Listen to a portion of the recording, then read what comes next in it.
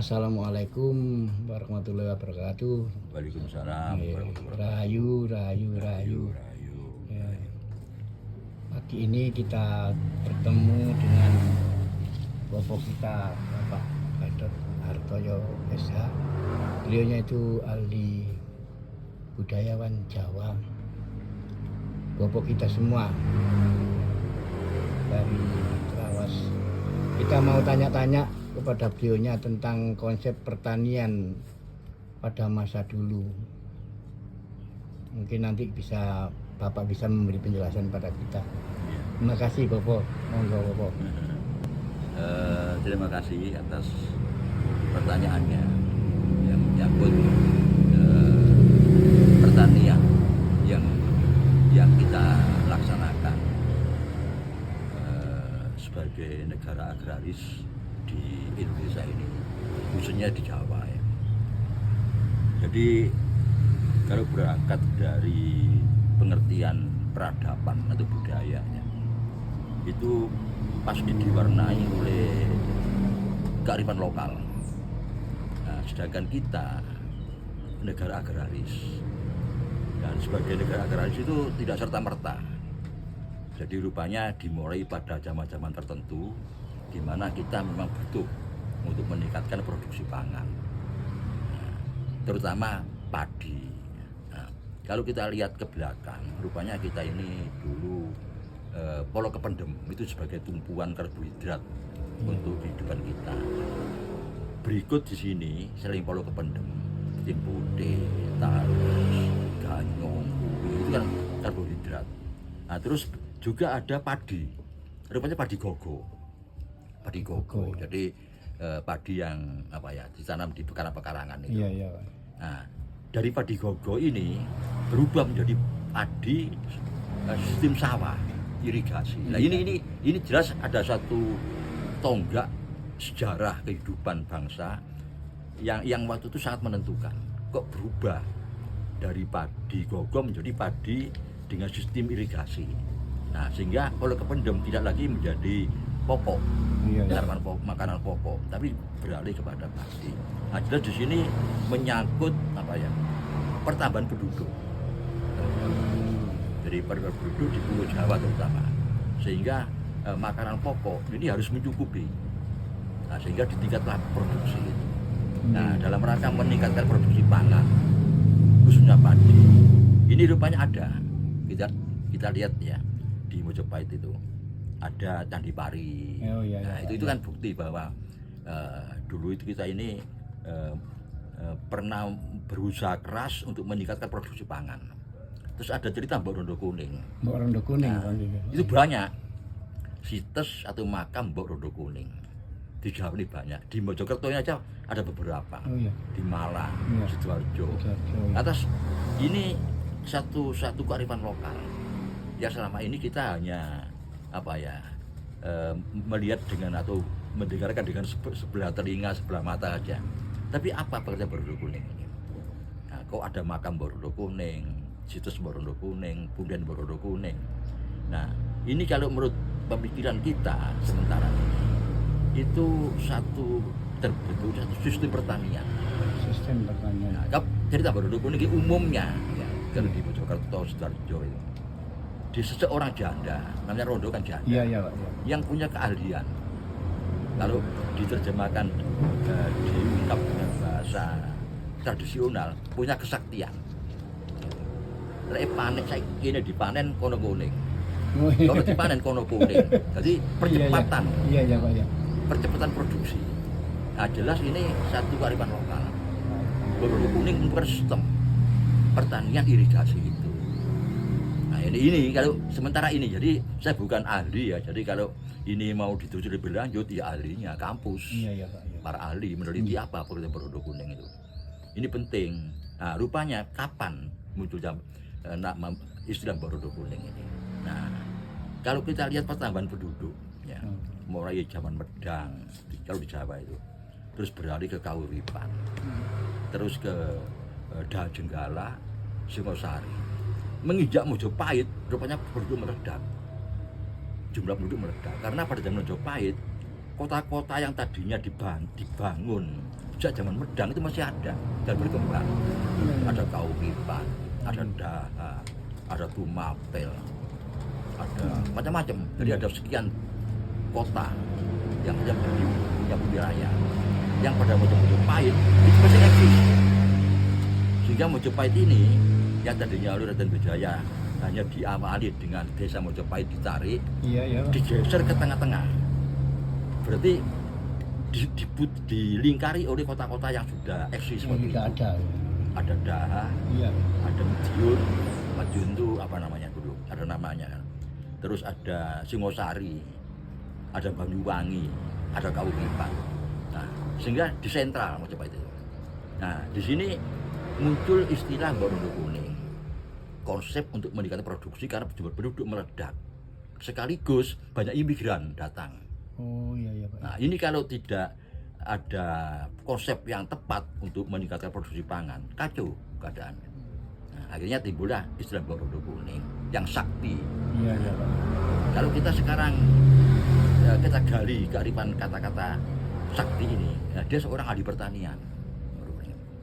Ahli dalam pertanian, meningkatkan produksi pangan ini. Banyak ceritanya ini. Iya Pak. Borondo Kuning itu punya bapak, punya apa ya, ibu, adiknya adiknya Ki Gede Penanggungan. Iya Pak. Akhirnya disenangi oleh anaknya Ki Gede Penanggungan, Palang Pinunu, Palang Angin-Angin, Palang Sangit. Ini kan Bu Hama. Iya Pak. Hama. Iya. Nah, di sini Borondo Kuning ini ahli meningkatkan produksi dan membasmi hama padi.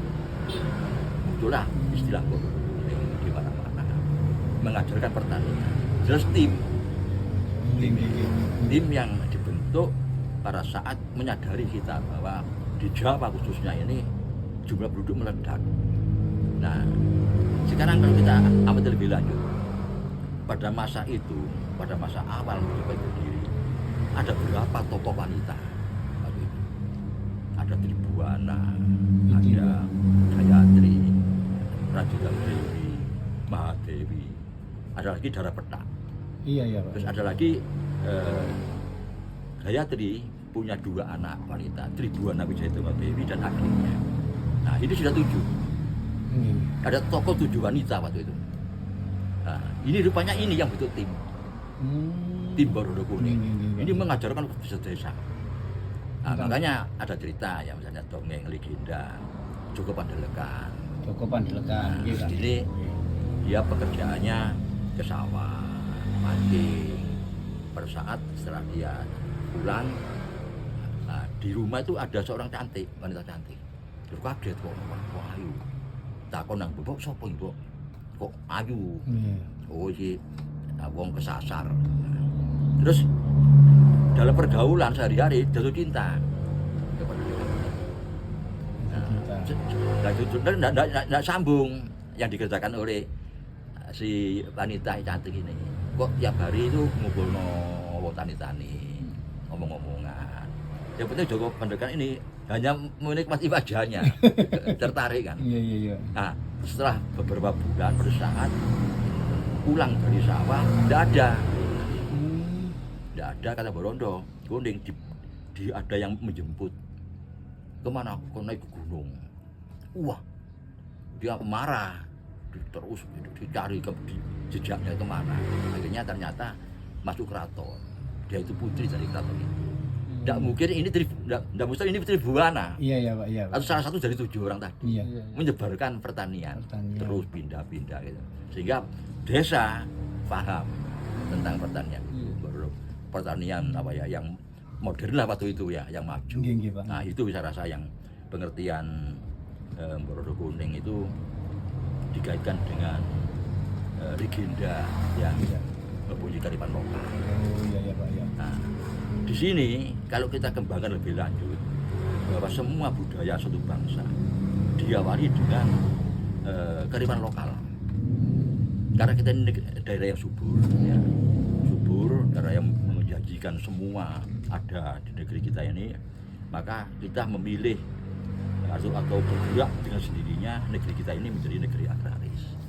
Negeri agraris karena ini negeri puluhan, otomatis bersamaan sekaligus sebagai negeri maritim. Itu menjadi satu. Menjadi satu. Nah, di sini negeri agraris ini otomatis budaya kita, bahkan pandangan spiritual kita akan diwarnai oleh ini, oleh pengertian agraris ini. Nah, itu. Nah, silakan kalau misalnya dipertanyakan dilanjut. Ya. Jadi pada saat itu kita mengalami puncak-puncak kejayaan di bidang agraris, Pak. Iya, betul. Swasembada, Pak. Iya. Kan kita belum tahu. Kita ini negara agraris. Kan selalu begitu. Iya, Terus Pak. takutnya sejak kapan? Nah, itu Pak, ini kan ada jawaban. Nggak ada jawaban. Sejak kita menyadari jumlah penduduk meledak. Iya. Nah, kalau ya memang sejak dulu negara agraris kan belum dikelola. Iya, Pak. Iya. Nah, maka dikelola oleh pemerintah Majapahit awal itu. Iya, Pak. Itu jadi disebut negara agraris. Contoh aja ya, Gunung Penanggungan. Ini gunung yang di lereng bawah penuh dengan sumber air. Iya. Maka pemerintah waktu itu ya mungkin sejak zaman Kauripan. Menurut buku-buku sejarah yang ditulis oleh Profesor Dr. Slamet Mulyana itu bahwa Penanggungan itu menyimpan paling banyak bukti-bukti arkeologis sejarah masa kuno. Nah, berarti banyak perjanjian. Nah, kita lihat bahwa apa namanya? Nah, apa namanya? Di tiap lereng gunung. Iya, Pak. Itu mesti ada patirtan besar. Karo Jolotundo lereng barat. Iya. Nah, terus Jedong itu lereng timur. Ya. Sumber Tete itu lereng timur. Penanggungan. Jedong lereng utara, lereng selatannya Seloklir. Ini patirtan besar. Nah, terus itu apa dibangun? Iya, Pak. Jelas untuk pertanian. Seperti di wilayah Seroliman. Iya. Dari si Jolotundo ini kan ditandon dulu. Sebelum di atas dibentuk percandian atau petirtan ya, untuk mandi. Ini ditandon. Nah, tandon ini juga dialirkan ke semua penjuru. Sehingga di bawah tandon ini terbentuk desa tempat pemukiman dengan sumber air yang mencukupi untuk pertanian.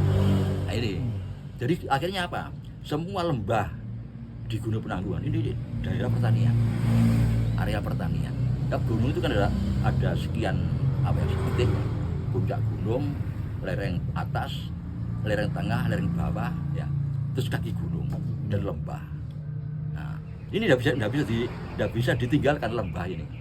Tapi ini berpengaruh sehingga lembah Gunung Penanggungan ini kalau kita mau jujur, Sidoarjo dan Surabaya. Ini lembah Gunung Penanggungan. Kenapa disebut lembah Gunung Penanggungan? Karena terdampak secara positif tentang air dari Penanggungan ini, Sidoarjo dan Penanggungan, Surabaya ini, sebagian Pasuruan dan sebagian Mojokerto. Ini kena dampak positif dengan keberadaan sumber air ini, sehingga menjadi lahan pertanian, gudang pangan. Ya. Nah, sehingga pada mulai zaman Kauripan, terus Jenggala, Singosari, pada zaman Mojopahit dijadikan gudang pangan. Dengan ditandai Candi Pari yang istilahnya pembukaan Candi Pari sebagai lambang pertanian itu oleh Tribhuwan Wijaya Dewi. Jadi candi-candi dulu itu juga ibaratnya tetenger Pak bahwa di situ pusat pertanian gitu ya, pusat lumbung pangan jadi, gitu Pak. Jadi tidak hanya sebagai tempat pemakaman, gitu. penyimpanan perabuan, juga ada percandian yang punya fungsi lain. Iya. Oleh karena itu saya sendiri agak bukan keberatan ya, saya bukan sejarawan. Setiap ditemukan candi pasti disebutkan tempat suku, tempat ritual, karena dianggap ini makam penyimpan abu. Tapi tidak semua kan. Iya Pak, iya. Mojopahit negara besar, makmur. Iya. Dibangun lewat jalur mana? Mojopahit sebagai negara makmur. Iptek. selama 100 tahun, 200 tahun lebih. Makmur besar, pertahanannya kuat. Iya. Kok setiap ketemu candi, tempat peribadatan, tempat spiritual. Lah laboratoriumnya mana? Industrinya mana? Iya, iya, Pak. Perpustakaannya mana? Kan pasti ada. Di mana pusat pendidikannya? Kan tidak pernah diungkap. Nggak pernah Jangan-jangan seperti Borobudur, ini pusat pendidikan. Pusat pendidikan. Misalnya jadi penataran. Iya, iya. Nah, ini bukan sekedar ritual. Ritual itu hanya bagian kecil. Tapi ini jenis penataran, itu pendidikan, ditatar. Jadi ini pusat pendidikan, Pusat pendidikan, ya, ya. Iya, segala ilmu itu ilmu pertanian, Ilmu pertukangan, peternakan kan dari sini semua. Iya. Nggak mungkin orang tuh ngawur. Iya, iya, Pak, ya, iya. Istilahnya magang kan ada. Iya, iya. Di Jawa Timur ada wayang kulit itu ya. Iya, Kan iya. magang. Di Jawa Tengah kan ada sekolahnya. Iya. Akademi Pedalangan Iya. ya. Sekolah pedalangan menengah atas misalnya. Tapi di Jawa Timur kalau wayang itu kan magang. Iya, Pak, ya, iya. Ngrewangi dalang, Nyantri. terus dalang. Iya. Demikian juga ilmu pengetahuan Majapahit. Tidak gedok tular. Iya, iya. Tukang ngurui kuliner, akhirnya kuliner pinter, bukan begitu, ada pendidikannya. Ada pendidikannya, Pak. Penataran itu tatar Iya. secara sistematis pendidikannya itu. Nah, ini yang hilang kita. Iya, iya. Hilang. Itu banyak ilmu kita yang hilang pada zaman penjajahan. Dihancurkan. Jadi namanya penjajahan itu tidak hanya menghancurkan yang ada, tapi memori kita. Memori ya. kita. Sehingga kita tidak punya sistem pendidikan. Baru sistem pendidikan kita ini menurut Barat. Barat sudah maju, kita masih tertinggal. Iya. Ditiru sudah melejat jauh. Kita kehilangan. Padahal mereka dulu mungkin belajar dari Iya, kita, Pak. dari ini juga. Iya, iya, Pak. Nah itu, jadi di sini kembali kepada pertanian. Jadi kita menjadi negara agraris tidak serta merta, ada yang membentuk. Iya, Nah, Pak. siapa ayah apa yang membentuk? Erlangga. Erlangga itu, Pak. Ini sehingga namanya dari Medang diganti menjadi Kahuripan. Kahuripan itu kehidupan. Hurip itu hidup. Ini spiritual. Kalau kahuripan itu ilmu duniawi, ilmu kehidupan, terutama pertanian. Pertanian. Dan terus tiap ganti pemerintahan terus diikuti menjadi besar. Dan dibesarkan sekali zaman Majapahit. Nah itu. Kalau merujuk dengan yang masa kini, Pak, kita kan disuruh makannya seragam, makan nasi, sehingga kita melupakan pola pendem dan lain sebagainya. Itu menjadi beban nggak, Pak? Dengan ada yang seperti ini, pemerintah kan sekarang nggak konversi pakan, nggak, pangan kita kan hanya makan adalah beras, nggak lagi makan uwi, nggak makan ganyong, nggak, Pak. Itu kan akhirnya jadi beban, Pak Ki. Kalau kita lihat sesama negara Asia ya, Ya, menurut perkemajuan yang sekarang dipunyai oleh Cina, oleh Jepang, oleh Korea, kita pelajari lewat mana ini. Nah rupanya kalau dari Cina itu keras kan ya, Iya, Pak. negara komunis. Jadi orang harus tunduk, nggak tunduk bunuh. Iya, Nah, sehingga semuanya seragam. seragam. Akhirnya pada saatnya dilonggarkan ajaran Marxis Lenin itu kan gitu ya. Iya, Akhirnya Pak. menjadi negara sedikit liberal. Liberal, ya. Jepang juga begitu. Dengan kaisar ini keras, orang harus tunduk. Nah, di Indonesia tidak bisa. Nggak bisa. Mestinya seperti itu tidak bisa. Pak Harto sudah meniru. Orang paksa, Iya. pinter, istilahnya kamu akan melakukan GW. Namanya Pak Harto dengan GBHN, GBHN 20 Repelita. tahunan, Iya. Repelita 5 tahunan. Iya, Pak. Pak Harto berpikir bahwa ini saya menyelesaikan konsep ini cukup 25 tahun. Konsep, jadi tiap pelita 5 tahunan. Satu GBHN 20 tahun. Iya, Pak. 20 tahun selesai. Ternyata tidak selesai. Ya, akhirnya Pak Harto apa?